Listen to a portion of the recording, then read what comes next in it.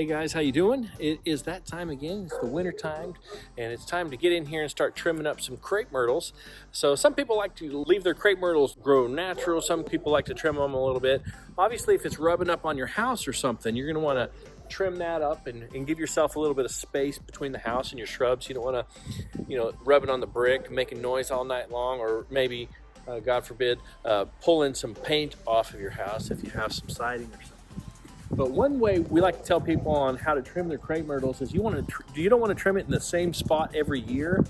It's going to form a knot, and it's just going to have a lot of scar tissue and stuff. So every year, maybe go up a foot or whatever. Let that tree get some altitude and everything. Try to keep it skinny if you want to, and just basically on personal preference. But I like to keep the trees a little bit skinnier, especially it depends on where it's growing. But if we don't want to block the windows and stuff like that, you want to keep all the things that's growing out horizontally, trim that back, and try to keep some vertical growth going. Trim about a foot above where you trimmed last year.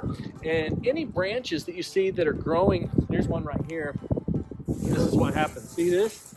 So you got two branches that kind of grew together, and that could have been stopped a while back. They're just rubbed on each other, did some scar tissue. And so you're going to want to separate whatever branch that grew this way and started rubbing on the other branch. You want to stop that sort of thing. So that's why you see all these branches.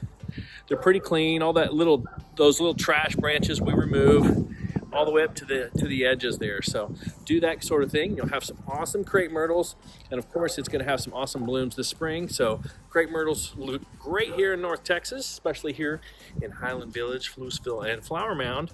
And Main Street Mowing would love to come out there and trim your crepe myrtles for you. Now's the time. If you're watching this around February, mid to late February, then now's the time to do it before these things start budding out, and get some awesome crepe myrtles. It's part of our normal bush and bed program. If you sign up with us, we come out 5 times a year to trim your bushes and clean up your flower beds and stuff like that.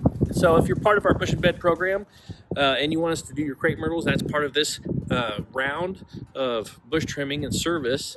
Or if you're not on our bush and bed program and you just want a one-time deal, then call in early February or even before that. We'll get you on the schedule. You have a good one.